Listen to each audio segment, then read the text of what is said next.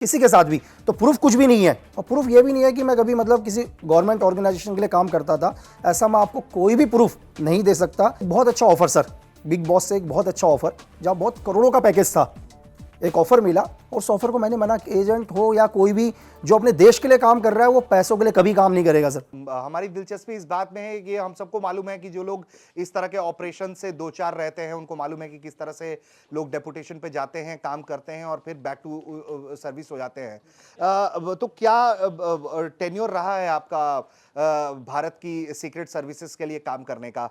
क्योंकि आप एक वक्त तो दिख रहे होंगे एनएसजी में जब आप काम करते होंगे, क्योंकि वो तो फिजिकल अपीयरेंस जॉब है, बॉडी प्रोटेक्शन का काम है आप लोगों का, तो वहां तो आप दिख रहे होंगे। उसके अलावा क्या एनएसजी में काम करते करते आपने ऑपरेशंस को अंजाम दिए हैं अपने नहीं सर, एक्चुअली देखिए, मैं एनएसजी में शायद मुझे जहाँ तक याद है, शायद मैं 2010 में एनएसजी में डेपुटेशन आया था। और एनएसजी में जो डेपुटेशन का टर्नओवर है सर, वो है 3 इयर्स का और 5 इयर्स का टर्नओवर है। तो आई थिंक मुझे वापस 11 महीने के अंदर ही विड्रॉल हो गया था मैं, कोई भी रीज़न से उसके पीछे कि मुझे 11 महीने में दोबारा विड्रॉल होना पड़ा एनएसजी से।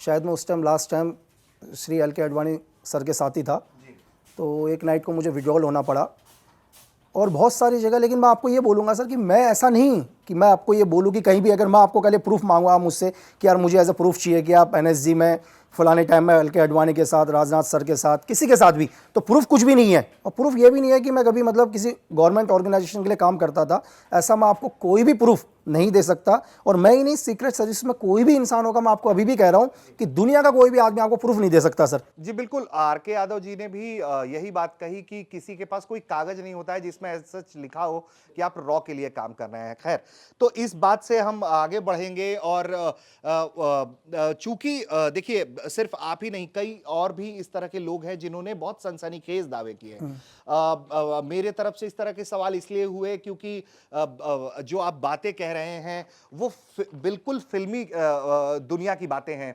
कि जिस तरह से आप कभी नेपाल जाकर ऑपरेशन कर रहे हैं, फिर कभी आप एलओसी क्रॉस कर जाते हैं, आपको फिर इजराइल में मोसाद के जरिए आपको ट्रेनिंग भी मिलती है, तो ये बातें बहुत फिल्मी लगती हैं और इसलिए ही इस तरह के सवालात जो हैं मैंने उनसे पूछे थे और उसमें यकीनन उसमें आपका नाम आया। लेकिन मतलब मुझे लगता है कि और भी इस तरह के लोग हैं जो अपने एजेंट्स होने का दावा करते हैं। तो आपको उस बात में सबसे बुरी बात क्या लगी कि पैसे के लिए ये लोग काम करते हैं? सर, मैं पैसे के लिए, जैसे आपने बोला कि मुझे पैसे के लिए, अगर मुझे पैसे के लिए काम करना होता, मैं अपने कोई और भी एजेंटों को रख के देता हूं जिन्होंने भी काम किया। तो पैसे के लिए मैं आपको बताऊं कि अभी कुछ दिन पहले ही एक बहुत अच्छा ऑफर सर, बिग बॉस से एक बहुत अच्छा ऑफर, जहाँ बहुत करोड़ों का पैकेज था, एक ऑफर मिला और उस ऑफर को मैंने मना किया। और मेरी जगह कोई और भी होता ना सर, वो भी मना कर देता। तो पैसे, आपको क्या लगता है पैसे के लिए सर की मतलब बहुत शर्म की बात है अगर कोई ये बोले कि कोई इंसान पैसे के लिए काम कर रहा है, जो देश के लिए काम कर रहा है, तो मेरे पास वर्ड्स भी नहीं है बोलने के लिए। अगर कोई ये मैं नहीं कह रहा हूं कि आप पैसे के लिए काम कर रहे हैं। नहीं, कोई भी एजेंट सर, उन्होंने ये कहा कि हम एजेंट से पैसे के जरिए सर काम करवाते हैं। सर एक एजेंट पैसे के लिए तो हजारों काम है ना सर। आप एक एजेंट को क्या पैसा दे दोगे सर? कितना पैसा दे दोगे? क्या एक जान से बड़ी कीमत थोड़ी ना किसी पैसे की?